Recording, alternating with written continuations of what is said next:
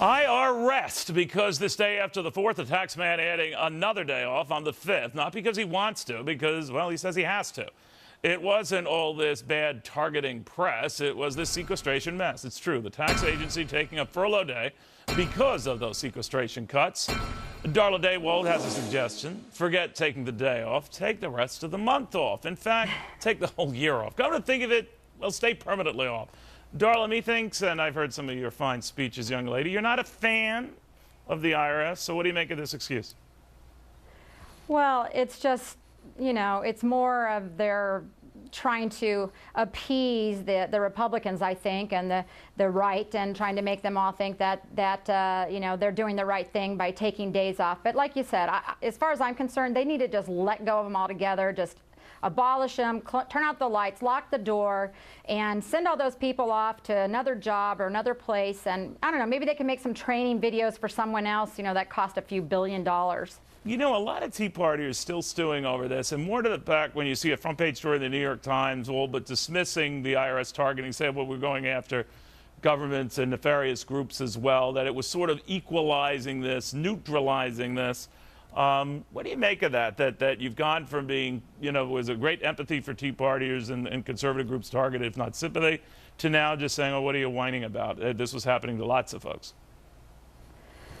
Well, you know, they've been against the Tea Partiers and the Tea Party movement and conservative movement from the very get-go. And, you know, basically to me what it comes down to is if this were on the other foot, on the other party, for example, if it was George W. Bush who had been caught with or his administration with this kind of tactic against the using the IRS, excuse me, against Tea Party groups, patriot groups, Christian groups, and so forth, then the Nancy Pelosi-led House would have had him impeached right away.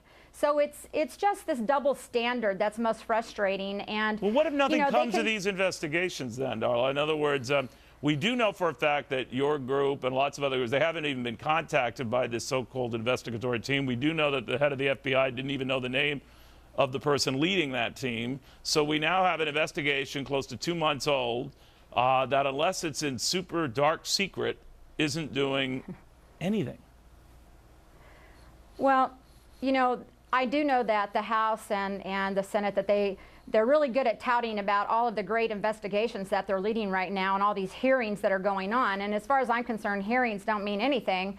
You know, it doesn't amount to a hill of beans at actually accomplishing something. So absolutely, we want to see them accomplish something, and we're going to stay on it. And the Tea Party movement and all these groups that have been targeted are definitely going to stay on it. And if we have to go back to D.C. and bring several million the next time to tell them, can you hear us now? We're upset with you, then that's what we're going to do.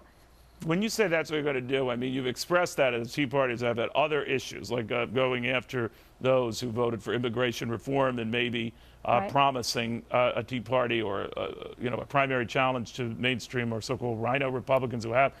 But you had the wind at your back when you had the sympathy and the attention of these scandals. Less so now. Are you worried?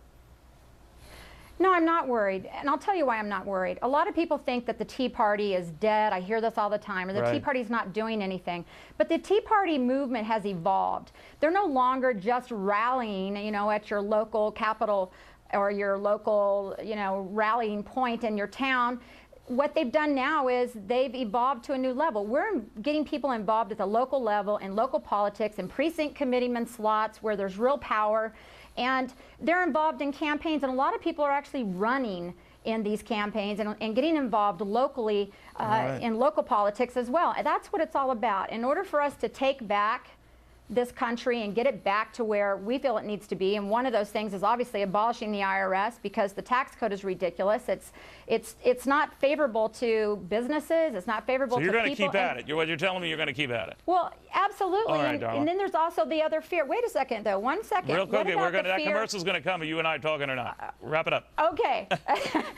The Obamacare side of it. Who wants the IRS running the Obamacare? I know I don't. And especially not if they're going to target. Fair enough. Darla, thank you very much. Good seeing you. Thank you.